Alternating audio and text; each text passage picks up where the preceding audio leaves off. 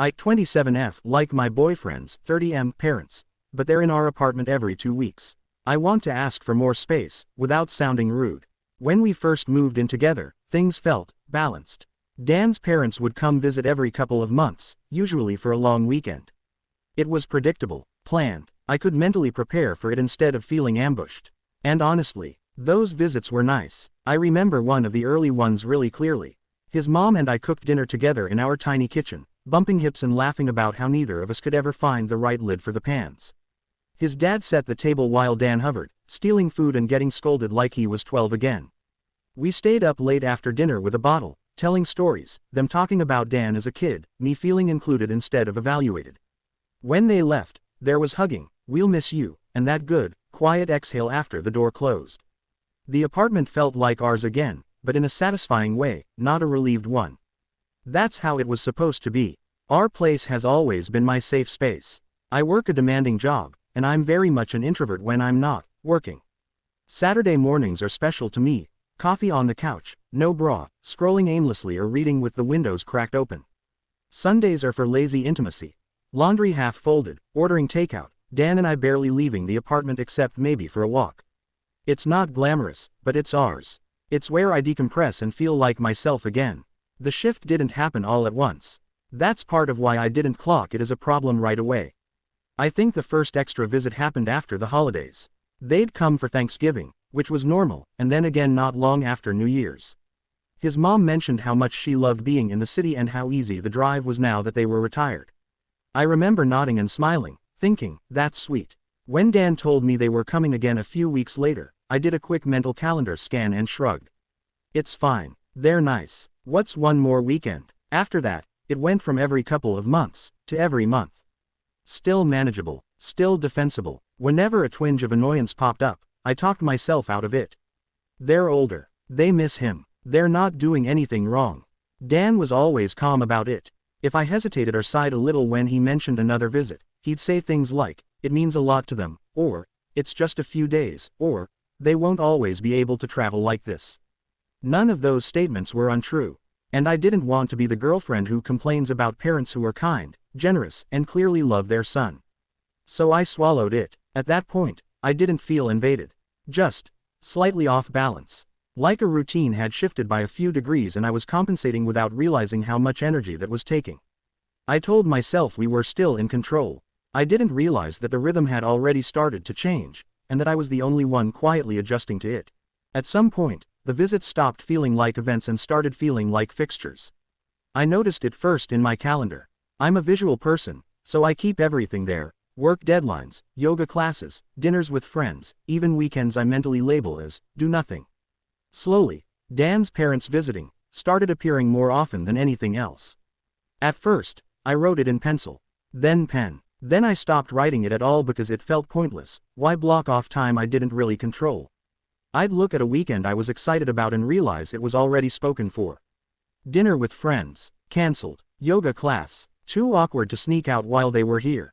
A weekend trip I'd been casually planning. Oh yeah, my parents are coming that weekend.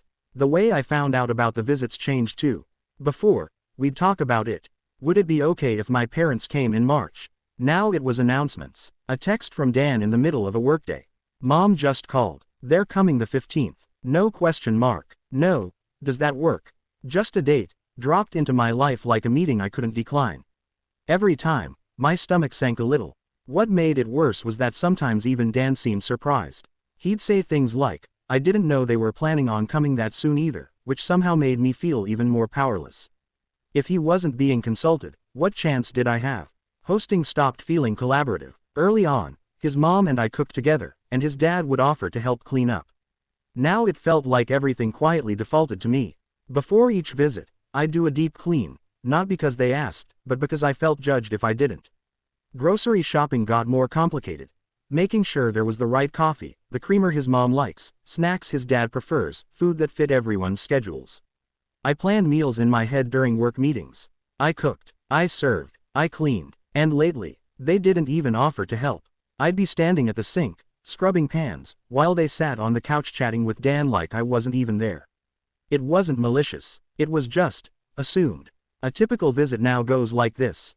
They arrive Friday afternoon. The apartment immediately feels smaller. Conversations fill every room. There's no shutting a door without it feeling rude. Even when Dan and I go to bed, I feel like I have to whisper. Saturday is a blur. Coffee together. Long conversations. Sitting politely while they talk about people I don't know. I smile. I nod. I ask questions. Any time alone with Dan feels stolen and rushed, like we're sneaking moments in our own home. There's no intimacy. Not physical, not emotional. By Sunday night, I'm exhausted in a way sleep doesn't fix. This last visit hit especially hard. I'd just started a new role at work, and the week had completely drained me. All I wanted was a quiet weekend, takeout, sweatpants, maybe a walk. Instead, I was cooking again, cleaning again, hosting again. When his mom casually mentioned they'd be back again in 2 weeks, on a weekend we already had plans, I felt something in me snap. Not outwardly, I smiled, but inside, resentment flared hot and immediate. That was when I finally told Dan, again, that I needed to be included in these decisions. That this was my home too. That I felt like I was slowly disappearing inside it. He said he'd talk to her. But the damage was already there. Somewhere along the way, guests had turned into occupants. And I didn't know how to get my space, or my voice, back without becoming the bad guy. This weekend was the one that finally did it. I'd just finished my second week at a new job that's been intense in a way I wasn't fully prepared for. New systems, new expectations, that constant low-level fear of messing something up. All week, I'd been telling myself, just make it to Friday. I had a very clear picture in my head of how the night would go. Shower, pajamas, take out on the couch with Dan, not speaking to another human being unless absolutely necessary. When I unlocked the door Friday night, that picture shattered immediately. Their shoes were by the door. I didn't even need to look up. My shoulders dropped, like my body reacted before my brain could catch up. Dan's parents were already there, sitting comfortably, chatting, like it was the most normal thing in the world. "Oh, you're home," his mom said brightly, like this was a pleasant surprise instead of a complete derailment of my last remaining energy. I smiled. I always smile. Dinner happened the way it always does now. I moved around the kitchen automatically, muscle memory taking over. Chopping, stirring, plating. His mom commented on how good everything smelled. His dad settled into his usual spot on the couch, TV on low. No one offered to help. Not with setting the table. Not with clearing it. Not with the dishes. I cleared plates around them like I was a server, then stood at the sink, scrubbing pans while laughter drifted in from the living room. I could feel the anger in my chest. Tight, quiet, simmering. I wasn't even mad about the work itself. I was mad about the assumption. About how invisible it made me feel in my own home. Later that night, as casually as if she were talking about the weather, his mom said, "Oh, and we'll probably come back in 2 weeks. That weekend should work, right?" The way she said it wasn't aggressive. It was cheerful, almost absent-minded, like the answer was obvious. My head started hurting. I knew immediately that weekend didn't work. We had plans. Real ones. Plans I'd been looking forward to.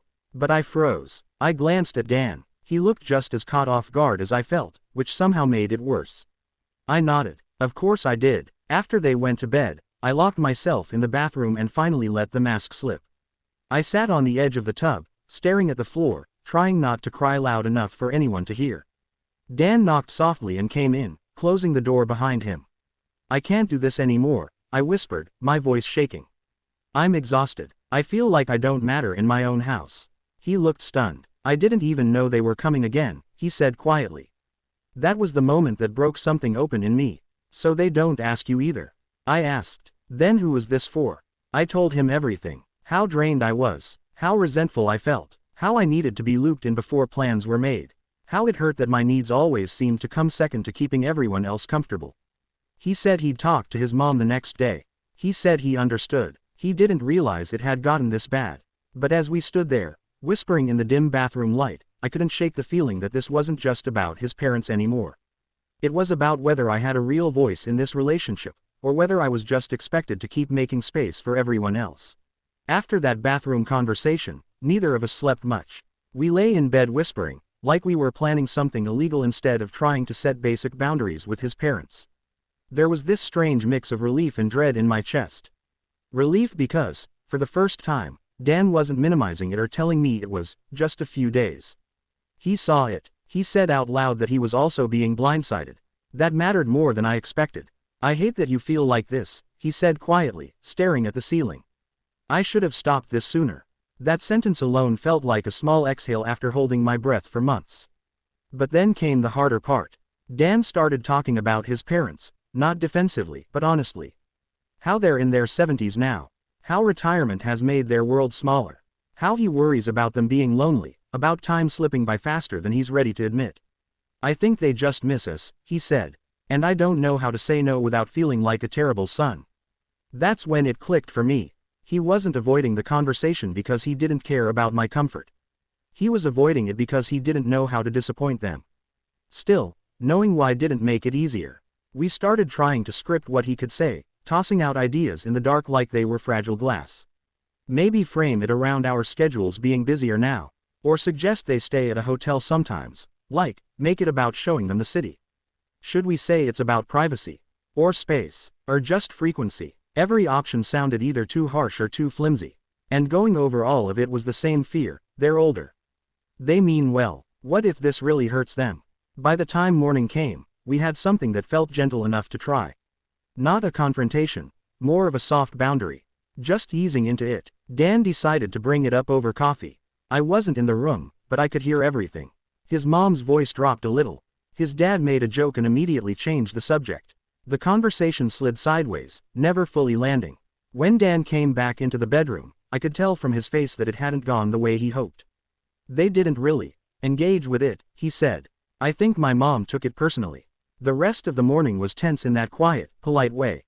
No one said anything outright, but the air felt thick. His mom was quieter than usual. His dad suddenly very interested in the news. And I realized something that scared me a little.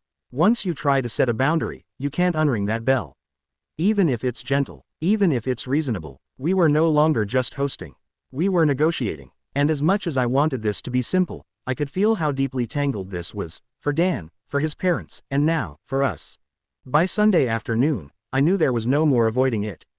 The knot in my stomach wasn't going anywhere, and the longer I let things stay unspoken, the more resentful I felt, not just toward his parents, but toward Dan and myself. I kept thinking, if we're really about to get engaged, this can't be how things work. We waited until after lunch, when everyone was sitting around the table, coffee cups half full, the visit clearly winding down. My heart was pounding so hard I was sure they could hear it. Dan squeezed my hand under the table, small, grounding, deliberate. He started. We wanted to talk about something, he said, carefully. Nothing bad. We just want to make sure we're all on the same page. His mom's smile faltered just a little. His dad leaned back in his chair, arms crossed. Dan took a breath. We really love seeing you. That hasn't changed. But with work getting busier, especially with her starting a new role, we've been feeling a little stretched thin. I jumped in before I lost my nerve. I just want to say this is coming from me too, I said, my voice shaking despite my best efforts. I've been feeling overwhelmed, and I realized I need more quiet weekends to recharge. I think it would really help if we could plan visits together ahead of time instead of last minute. Silence. Not angry silence. Not explosive. Just still. His mom blinked a few times, clearly processing. Oh, she said slowly. I didn't realize it felt like that. His dad cleared his throat and stared at his coffee. We're not saying we don't want you here, Dan added quickly. We just want to find a rhythm that works for everyone. His mom nodded, but her smile didn't quite come back. We just miss you, she said softly. We didn't mean to impose. The word impose made my chest ache. This was exactly what I'd been afraid of. Hurting feelings, sounding ungrateful, making it awkward. The conversation ended politely. No yelling, no dramatic fallout, but it also didn't feel resolved. More like we'd cracked a window and let some cold air in. After they left, Dan and I sat on the couch in silence for a while. I don't know if that helped, I admitted. I know, he said. But I'm glad we said something. A few days later, we tried a different approach. Dan suggested that for their next visit, we book them a nice hotel nearby. Frame it as a treat. Something positive. Less about space, more about comfort. When he told his mom, her reaction was mixed. A hotel, she repeated, sounding genuinely confused. But you have the extra room. It's just for one visit, Dan said gently. We thought it might be nice. She paused. If you don't want us staying with you, you can just say that. That stung, even secondhand. They eventually agreed, but the tone shifted. Polite, distant, like something fragile had been bruised. And that's when I realized this wasn't a one-time conversation. It wasn't a boundary you set once and move on from. This was the beginning of figuring out what our future actually looked like, and whether Dan and I could truly stand together when it got uncomfortable. Because love isn't just about getting along when things are easy. It's about what happens when someone has to be disappointed. The aftermath wasn't loud. There were no angry phone calls, no dramatic ultimatums. What came instead was quieter, and in some ways, harder. For a few weeks, his parents pulled back. The group texts slowed. His mom's usual cheery check-ins turned formal, careful. When Dan called, she'd say things like, "We don't want to be a burden," with a small, wounded laugh that made his shoulders tense every time. It worked. A little too well. Dan started carrying it in his body. I could tell by the way he sighed after calls, the way he stared at the floor longer than necessary. One night he admitted, "I hate feeling like I hurt them. They're old. They don't have much else going on. And I hate feeling like I don't get to breathe in my own home," I said, quietly. That was the summary of it. Not visits versus no visits, but whose discomfort mattered more. The real test came about a month later. Dan got the call on a Tuesday evening while we were making dinner. I watched his posture change instantly, straightening, bracing. "Hey, Mom," I could hear her voice faintly through the speaker. Cheerful, casual. "We were thinking of coming down the weekend of the 22nd. Dan closed his eyes for half a second. "That weekend doesn't work for us," he said. There it was. Simple, firm, no apology. A pause. "Oh," she said, "we already told Aunt Linda we'd be there." "I know," Dan replied, voice tight but steady. "But we talked about checking with us first. We're booked that weekend." Another pause. Longer this time. "Well," she said finally, "we'll figure something else out." When he hung up, his hands were shaking. "That was awful," he said. "But you did it," I replied. And I meant it. Not as praise, but as recognition. This was the work. That night, something shifted between us. Not magically, not completely, but there was a new gravity to the word we. It wasn't just a concept anymore, it was a choice he was actively making, even when it hurt. A few weeks later, with no visit planned, we finally tackled the spare room. It had always existed, neutral, untouched, waiting. A room that wasn't really ours. We moved the bed against the wall and replaced it with a fold-out couch. I brought in a small desk, a plant that needed sunlight, shelves for books I'd never had space for. By Sunday evening, it had become my office, our overflow room, a space with intention. Dan stood in the doorway and smiled. "It feels different. It feels like ours," I said. The visits didn't stop entirely. They never would, but they slowed. They became conversations instead of announcements. Sometimes they stayed with us. Sometimes they didn't. And sometimes, yes, his mom still said, "Let us know if it's too much," in a way that suggested she already felt the answer. But I stopped resenting the question. Because boundaries, I learned, aren't about making everyone comfortable. They're about telling the truth early enough that resentment doesn't get to decide for you. And for the first time in a long while, our home felt like a home again, not a revolving door. The strange thing about getting engaged, about almost getting engaged, is how it turns every unresolved tension into a pressure cooker. Once Dan started dropping hints about rings and timelines, his parents' tone shifted almost overnight. It wasn't overt, it was subtler than that. Phrases like, "When you're officially family," or, "Once you're married, it won't feel so cramped," slid into conversation as if they'd always been there. Visits came with more confidence again. Not more frequent, but heavier. Less asking, more assuming. The implication hung in the air, "This is practice for the rest of your life." I found myself spiraling late at night, staring at the ceiling while Dan slept beside me, panic increasing quietly in my chest. Is this it? Is this the version of my future where I negotiate for space forever? Where every milestone, engagement, wedding, grandchildren, unlocks a new level of entitlement? I loved Dan. That hadn't changed. But love, I was learning, doesn't automatically protect you from being absorbed into someone else's family gravity. The blow came during a holiday visit to their home state. We were there for 4 days. Long enough for old patterns to surface, but short enough to watch them clearly. I helped in the kitchen out of habit, chopping, stirring, cleaning as I went. His mother accepted it easily, comfortably. Not unkindly, just expectantly. At one point, Dan caught my eye across the table. His mom said something about how cramped city apartments are, how nice it must be to have guests now and then. Dan smiled politely, then met my gaze. And something passed between us. Not tension, not apology, understanding. Later that night, after the dishes were done, His parents sat on the couch watching television. Dan and I stood in the kitchen, shoulder to shoulder, drying glasses. "Did you notice," I said quietly, "how she assumed we'd host holidays next year?" "I did," he replied. "And," he paused. "Then, we don't have to decide that now." That was it. That was the shift. Not that his parents changed dramatically. They didn't. They were still themselves. Well-meaning, intrusive, accustomed to being central. What changed was us. We were no longer negotiating in real time, reacting out of guilt or exhaustion. We talked beforehand. We decided things privately. We presented choices together, or not at all. At dinner the next night, his mom asked something pointed about future holidays. Dan answered smoothly, calmly, without looking at her first. "We'll figure out what works for us and let you know." No apology. No explanation. His mother blinked, surprised. Then nodded. Across the table, Dan met my eyes again. A small smile. We weren't perfect. There were still moments of discomfort, of internal flinching, of old instincts to surface.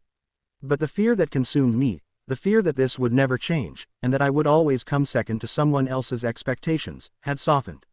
Because I could finally see it. We were a team now. Not because his parents stepped back completely, but because he stepped forward. And I stopped confusing endurance with love. The engagement didn't feel like a trap anymore. It felt like a choice. Not a promise of a boundary-free future, but a commitment to keep drawing the lines together, again and again, as life tried to erase them. And somehow, that was enough. The strange thing about finally saying something out loud is how anticlimactic the moment itself feels, and how brutal the hours after can be. We left a day earlier than planned. Not announced as a decision, exactly. More like a quiet adjustment. His mom stood in the doorway, saying something vague about wanting to overstay, while his dad checked the weather on his phone. The hugs were polite, brief, the kind where bodies touch but emotions don't. "Love you," she said to Dan, squeezing him a second longer than necessary. Then she turned to me. A smile that didn't quite reach her eyes. "Take care of yourself." The door closed behind us with a soft click. After we came back, the apartment felt empty. No murmured conversations from the guest room. No shoes by the door that weren't ours. No mental countdown to the next meal, the next polite interaction. But the quiet wasn't relief. It was weight. Dan stood in the kitchen, hands on his hips, staring at nothing. I didn't say we did the right thing. I didn't say I'm sorry. There was no sentence that wouldn't feel like choosing a side. That night, neither of us slept well. The first phone call came the next evening. "I'm just calling to make sure we got home safe," Dan said, pacing the living room. I sat on the couch pretending to scroll, listening. There was a pause. Then another. "Oh, okay," he said, voice tightening slightly. "No, I know you didn't mean it like that." I could hear his mom faintly through the speaker, soft, tired, tinged with disappointment. The kind of tone that makes you feel like you've broken something fragile without meaning to. "I love you too," Dan said finally. "Talk soon." He ended the call and stood there for a second, phone still in his hand. "There, fine," he said, unconvincingly. A week later, the box arrived. It was big, heavy, covered in cheerful stickers and careful handwriting. Inside were expensive snacks we'd once mentioned liking in passing. Specialty coffee, a scarf for me, a handwritten note on thick paper. "Thinking of you during your busy time. We know how stressful life can be. Family is always here for you." No acknowledgement of the conversation. No reference to boundaries. Just generosity turned up. Too much to be casual, too thoughtful to be innocent. It sat on the counter like an accusation. Dan thanked them immediately. Of course he did. After that, something subtle shifted. He checked his phone more often. Responded faster. Mentioned his parents in conversation in a careful, tentative way, as if testing whether it was safe. He brought me coffee in the mornings, offered to handle chores I hadn't complained about, asked, "Are you okay?" More than usual, not because I wasn't, but because he wasn't. The unity we'd felt, the clear us, started to fray at the edges. Not from anger, but from guilt seeping in like water through a crack. I could see it in him. The tug of war between being a good partner and a good son, between adult boundaries and lifelong conditioning. His parents didn't need to argue or yell. They just had to sound hurt. And it worked. Late one night, as we lay in bed, Dan stared at the ceiling and said quietly, "I hate that they feel like we don't want them." I turned onto my side, heart sinking. "That's not what we said," I replied. "I know," he said. "But it's how they hear it." That was the Cold War. Not silence, not explosions, but the slow, steady pressure to undo what we'd done. To smooth things over, to prove love again. And suddenly I understood. Setting boundaries isn't a one-time event. It's holding the line long after the conversation ends, when the consequences start whispering that it would be easier to just give in. Holidays snuck up on us the way it always does, quietly at first, then all at once. I was meal planning at the kitchen counter when Dan cleared his throat behind me in that careful way he'd developed lately. "So," he said, "my mom just texted asking what time we'll get there Wednesday." I froze, pen hovering over the notepad. "Get where?" He winced. "Their place. For holidays." There it was. The assumption. Not a question, not a suggestion, just the old pattern rolling forward like nothing had changed. I turned to face him. "We said we were starting to plan holidays together. Intentionally." "I know," he said quickly. "I know. I think they think this year doesn't count yet." As if boundaries have a probationary period. That night, Dan made the call. I sat on the couch pretending not to listen, even though every word felt like it was happening inside my chest. "This year we're actually going to do something different," he said, voice steady but rehearsed. "We're either staying here or visiting her family." There was a long pause. Too long. Then his mom. Hurt, soft, confused. "Oh, we just assumed. You've always come." "I know," Dan said.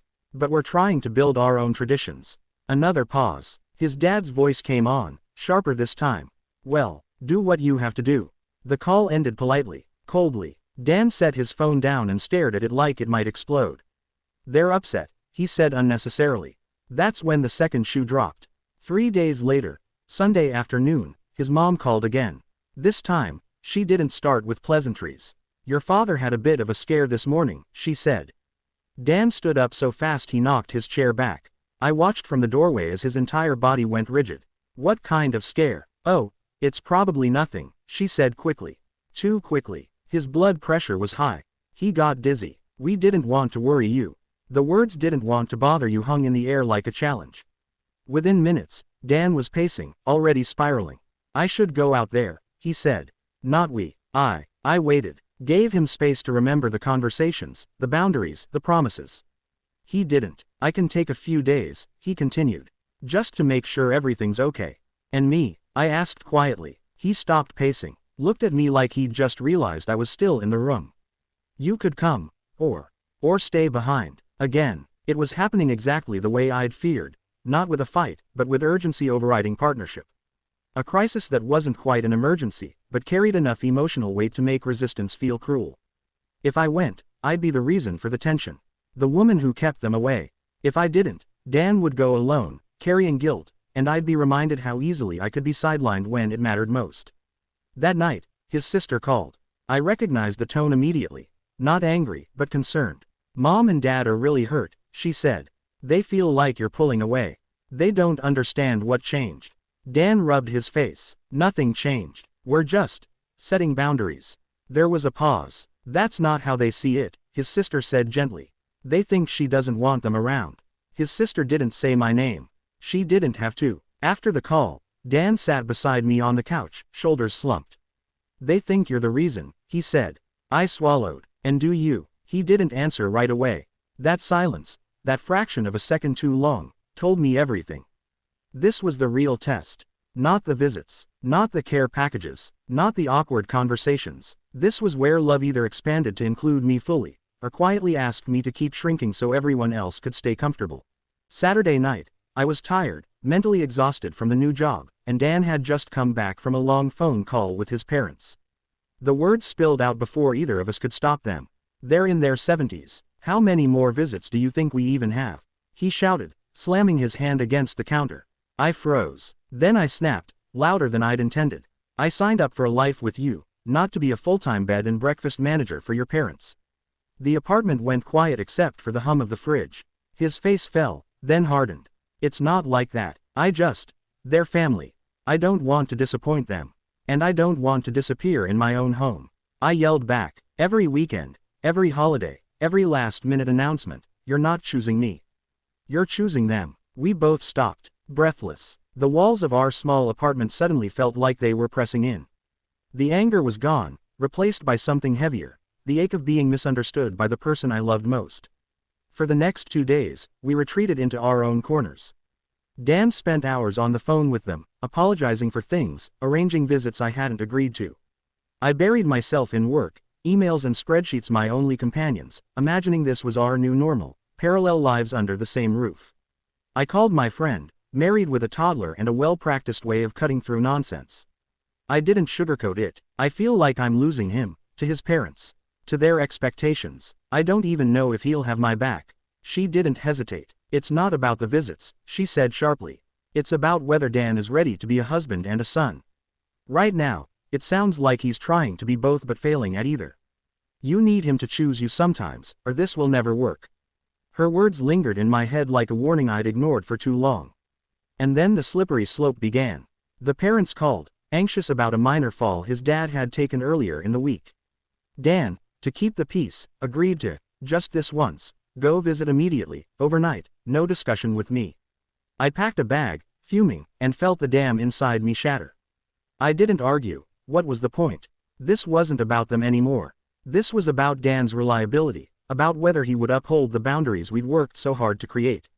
And I realized that if he couldn't, no matter how sweet or loving he was otherwise, this crack in our foundation would only widen with each new visit.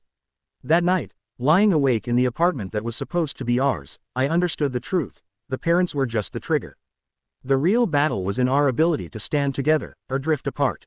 The realization hit me one evening as I scrolled through my calendar, all weekends already eaten up by parents' visit, Dan's work trips, and my own obligations. It wasn't enough to complain anymore. I had to act. I leaned over to Dan while he was on his laptop, furiously texting his mom about yet another proposed weekend. I booked us a cabin next month, I said brightly, like I was sharing exciting news, not planting a flag. Just the two of us. I found this perfect little spot by the lake. Disconnect, no phones, no interruptions. Dan froze, mid-text. Wait, what? I booked it. It's ours. You can't cancel on me for them. We need this, I said, smiling as if I were talking about a spa day, but inside I was a mix of defiance and relief. The cabin became a test, our little independence. I could see the wheels turning in his mind. He knew that if he let his parents' expectations overrule this, he'd be breaking a boundary he promised he valued. That weekend forced a conversation. What did we want our life to look like? Not next week, not next month, but 5, 10 years from now. And then came the ultimatums, subtle but firm.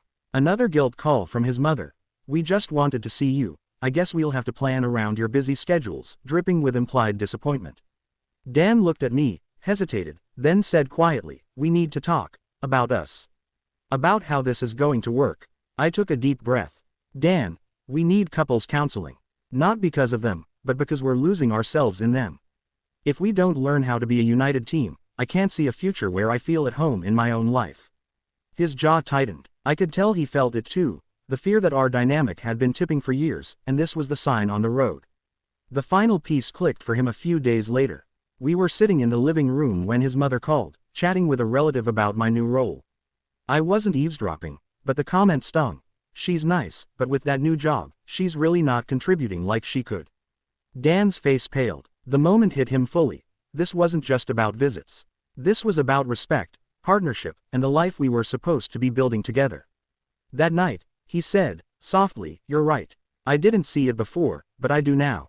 We need to protect us first. And for the first time in months, I believed that maybe, just maybe, we could choose a future together that we actually wanted, rather than the one imposed on us by guilt, habit, or family expectation. The visits came again, but the rhythm had shifted. This time, they called first. We knew months in advance. Weekends were written on the calendar, with firm start and end dates. Sometimes, they stayed at a nearby hotel, which Dan handled entirely. I let him manage the logistics, the reservations, the meal planning, the small crises, while I reclaimed my weekends for myself. The apartment felt different. The air was lighter, quieter, more ours. One Saturday, we turned our second bedroom into a proper office, painting it a soft teal that neither of us had picked before. We assembled shelves, hung artwork, and for the first time, this room wasn't a guest room. It was our space. Every brushstroke felt like reclaiming a piece of our shared life. When Dan proposed, it was a moment of joy, but it came wrapped in practicality. We talked about the wedding with clear eyes, anticipating the friction his parents might bring. We were no longer naive participants in the family dynamic, we were a united front. We'll plan it our way, and we'll compromise only where it makes sense to us, I said, feeling a quiet confidence. He nodded, squeezing my hand. Sometimes, In the park, I see older couples walking hand in hand, and I catch myself thinking of his parents. I feel the pull of compassion, a recognition that they are navigating life at a different pace. But I also glance at Dan, and the satisfaction of our boundaries, our shared choices, grounds me. The truth is, the work isn't done. The boundaries must be maintained, negotiated, sometimes reinforced. But now we approach it as a team. We are a team, and this is our home. It's not perfect, it's real, and in that reality, we've found equilibrium. The shadow of the future is still there, but it no longer threatens us, it reminds us of the vigilance and partnership that brought us here.